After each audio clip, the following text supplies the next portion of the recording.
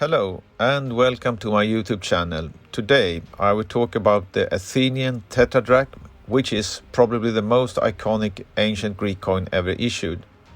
The choice of motifs and symbolisms are well known far beyond the circle of coin collectors. To illustrate this iconic coin series, I will use some images from the auction company Roman Numismatics in London, and therefore I will also take this opportunity to thank them for usage of these high-quality images. I will also briefly talk about some important historical milestones that defined the rise of the great power of Athens and establishment of democracy, but also its downfall. Finally, I will talk about costs, wages, and the monetary system with its various fractions and relationships. I will also talk about new coins in the numismatic market and the possibilities and implications, and how that has affected the coin collector and the pricing of the coins, but also some other aspects that affect prices and demand for the coins. The coins can in some sense be considered evidence left on the crime scene. By studying these as a forensic investigator, we can draw conclusions about the contemporary conditions. I will show evidence later in this video and reason about what might have happened. Three different types can be distinguished through time, although these types can also be differentiated into further subtypes. The first struck, so-called Archaic Tetradrachmas, was probably introduced around 510 BC. Later in this video, I will get back to the dating and discussion concerning why and when this coin was first introduced. The Archaic period was terminated at the time of the Persian Wars, where iconic battles such as Battle of Marathon in 490 BC, Battle of Thermopylae in 480 BC, and finally the Battle of Salamis in the same year ended the Persian attempt to conquer mainland Greece. Quality of the engraving of the archaic old tetradrachmas varies greatly, from the sublime to some which are very crude indeed. The appearance are typical for early archaic artistry, and the designs are clearly more primitive compared with later classical period tetradrachmas. Although cruder in style, they are rarer and much more expensive than later types. Let us more closely examine the classic and most famous type. On the obverse, the head of Athena turned to the right is depicted, the city goddess of protection, who also was the goddess of wisdom and war. On this coin, Athena is wearing a fully visible crested Attic helmet, and when the crest is fully visible, as on this coin, it is worth considerably more than if it's not fully visible. As a comparison, this tetradrachma, where the crest is not showing at all, was sold for £650, whereas the previous one, with full crest showing, was sold for £2,600. And below the crest, the helmet is ornamented with 3 olive leaves, which are visible, standing erected above the visor. And below the visor's edge, Athena's long hair is visible, lying in curls over her forehead and down towards her ear. The left side of the helmet is decorated with a spiraling palm twig with 5 sprouting leaves. Athena is wearing round earring with central boss and pearl necklace. However, the necklace is not showing on this coin. It is obvious that the obverse die image is larger than the surface of the planchet, which means that the entire coin image is never depicted simultaneously on one and the same coin. The consequence is that parts of the coin image are always missing. On this coin, the crest is missing, but the necklace is visible. Finally, it can be noted that the eye is shown as seen head-on and not from the side. The eye is in the same style as on the archaic type. On the reverse of the Tetradrachma, Athens' constant companion, the owl, is depicted, representing wisdom and intelligence. Behind the head, an olive branch and the moon crescent is also depicted. On the right side of the owl are the first three letters in Greek of the name of Athens, Alpha, Theta, Epsilon, ATHE, which denotes that the coins are of the Athenians. But why is there an olive branch and a crescent depicted on the coin? What is the meaning and symbolism? To try to answer this, I need to give a short historical background to Athens as a city. Evidence of human habitation on Acropolis and below in the area around the Agora dates back to as early as 7000 BC. The mythical Cecrops is traditionally considered the first king of Attica and the founder of Athens. He was said to have instituted the laws of marriage and property and a new form of worship. The abolition of human sacrifice, the burial of dead, and the invention of writing were also attributed to him. According to the legend, the Athenian king Cecrops wanted the city named for himself, but the gods, seeing how beautiful it was, felt it deserved an immortal name. A contest was held among the gods on the Acropolis to determine which deity would win the honor. Poseidon struck a rock with his trident, and as water gushed forth, he assured the people that now they would never suffer drought again. The water, however, according to some versions of the story, was salty as was Poseidon's realm. Athena was next in line and dropped a seed into the earth, which sprouted swiftly as an olive tree. The olive tree provided oil, food, fire, wood, shade and relief, and the inhabitants thought the olive tree more valuable than the water. Athena was thus chosen as patron, and the city was given the name after her. The olive branch behind the head of the owl thus illustrates Athena's gift to King Cecrops and the inhabitants in the city. So, what about the crescent? Why is the moon used as a decorative element on this coin? Regarding the crescent that was added as a graphical element on the classical type, there are several explanations.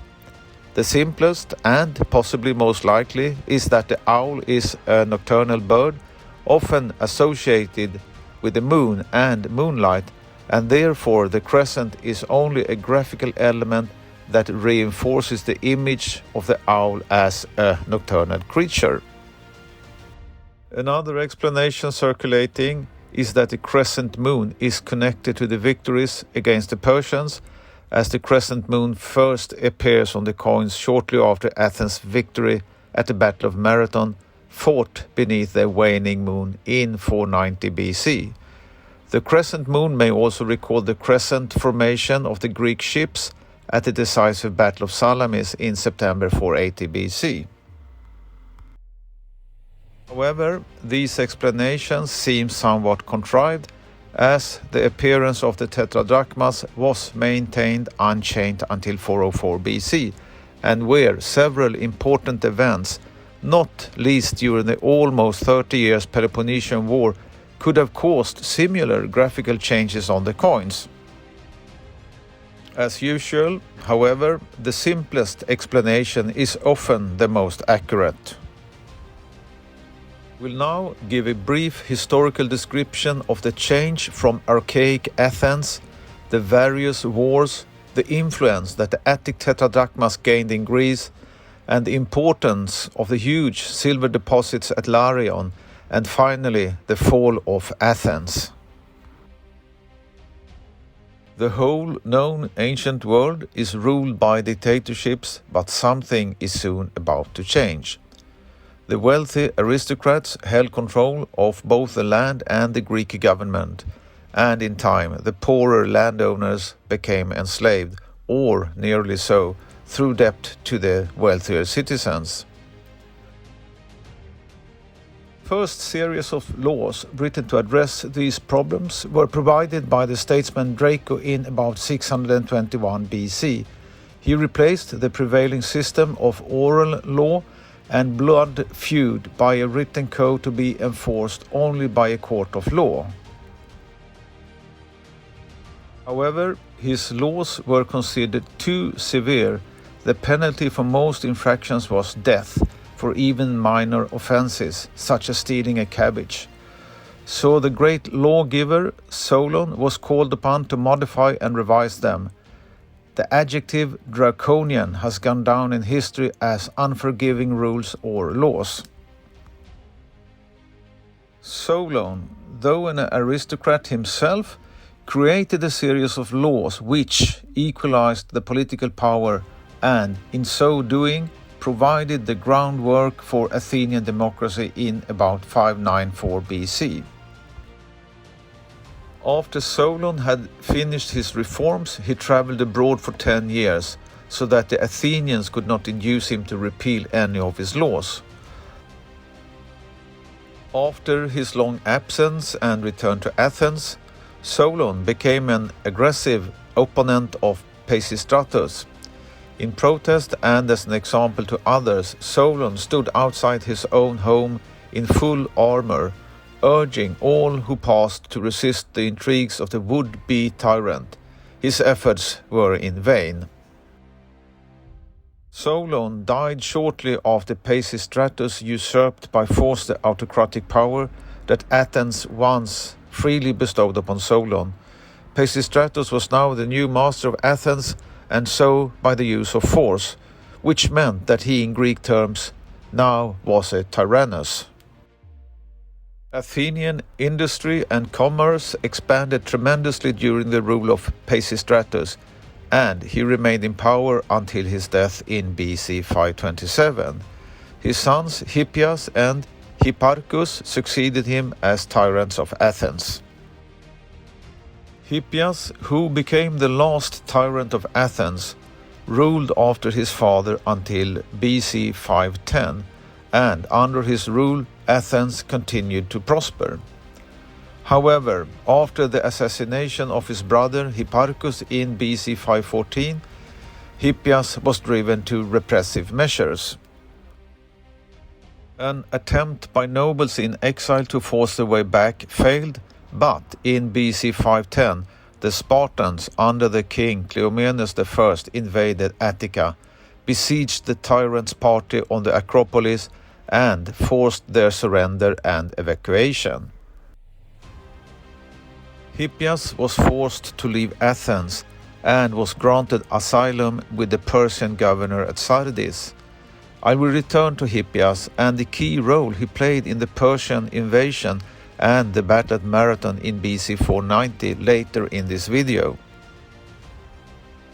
The expulsion of the tyrant Hippias therefore made it possible for the subsequent democratic reforms of Cleomenes, one of the key players responsible for overthrowing the tyrant Hippias. Solon's earlier reforms may have watered down aristocratic power in the city, but it was now under Cleomenes in which the constitution of Athens started to take its final and most recognizable shape. Finally, in BC 508, after a few years of internal strife for power, where the main opponent was Isagoras, Cleomenes managed setting Athens on a democratic footing through his reforms. For these accomplishments, historians refer to him as the father of Athenian democracy.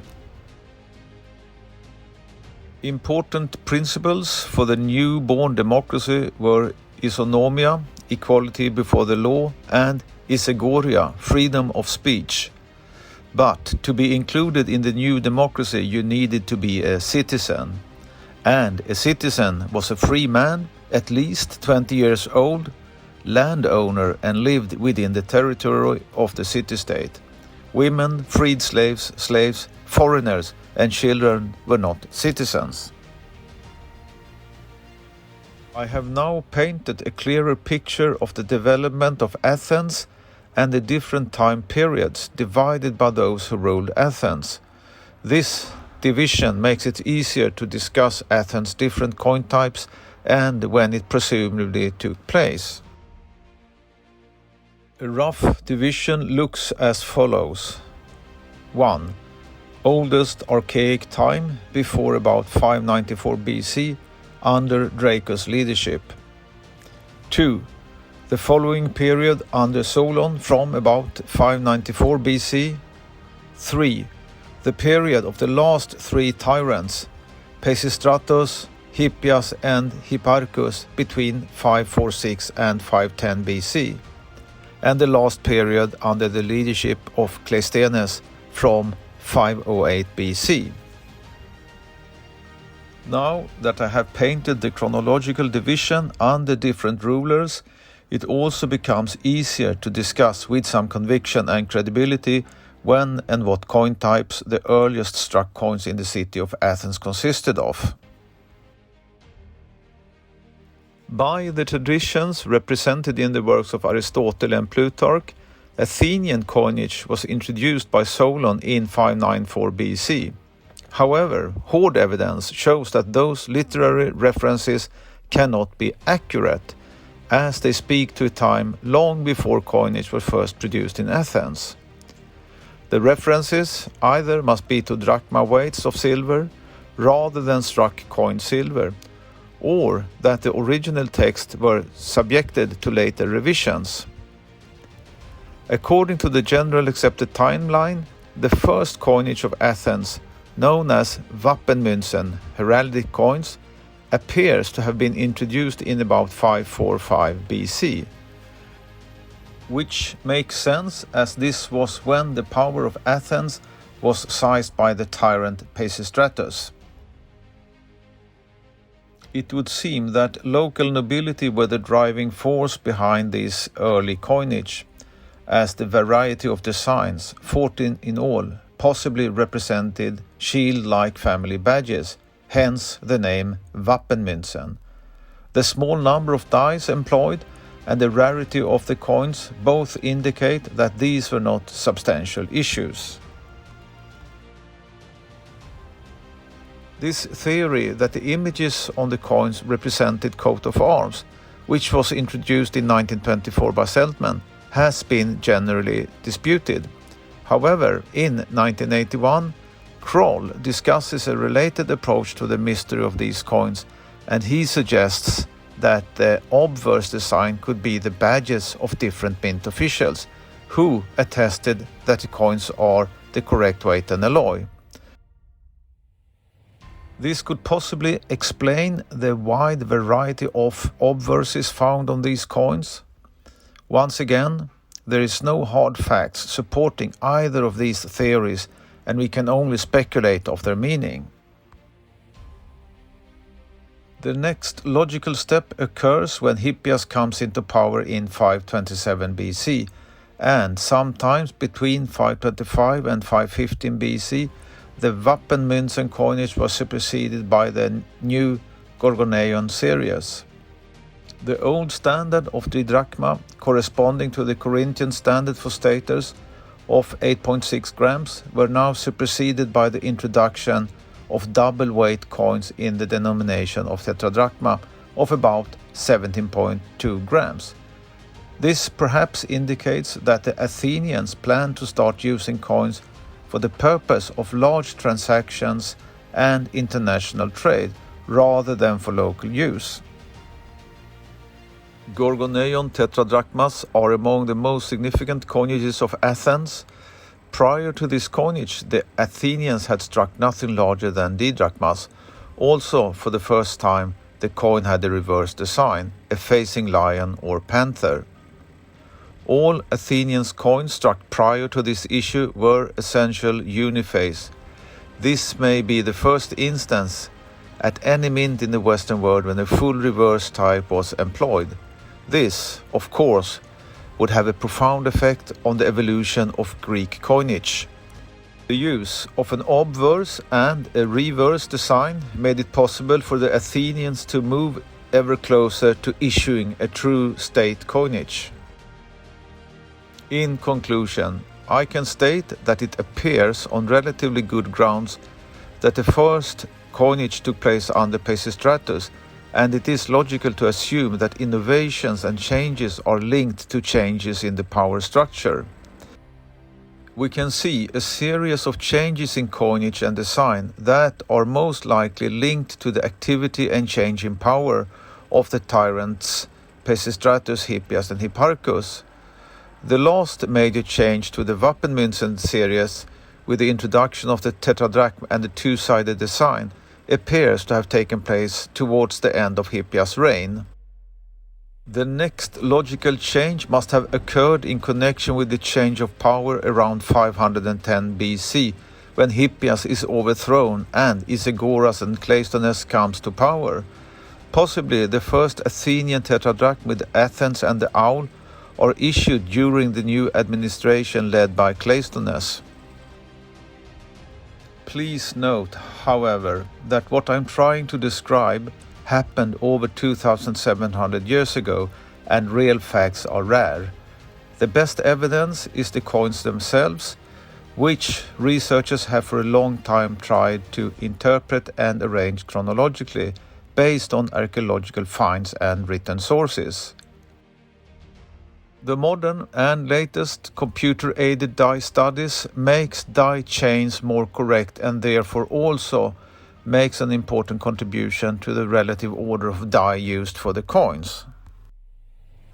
When it comes to written sources, we can partly assume that they are biased at best and that the sources we often refer to are themselves recorded long after the events themselves unfolded.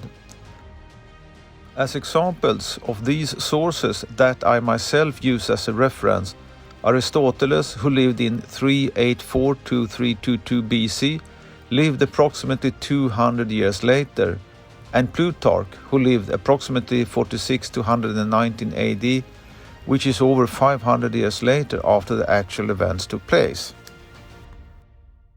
This may now conclude episode 1 of the coinage and history of Athens. In the next episode, I will continue to describe the rise of Athens as a superpower in the Aegean, the development of coinage, but also describe in more detail the monetary system, wages and prices. I will also talk about die studies and especially the new computer-aided die studies and their contributions to the research. Finally, I will tell you how the test cuts on the coins tell us about the contemporary conditions. I hope you find this video interesting, and to help others with a historical and/or numismatic interest watch this video, please like, share, comment and subscribe. It is free to subscribe and you don't commit to anything, nor will you receive any unwanted emails or offers from me. And you can, whenever you want, end your subscription. By subscribing, liking and sharing, you help YouTube's and Google's algorithms to rank up this video and thus make it easier for others with a similar interest to view this video. Also, make sure to hit the notification bell to get notified when I publish new video on YouTube. Thank you for watching.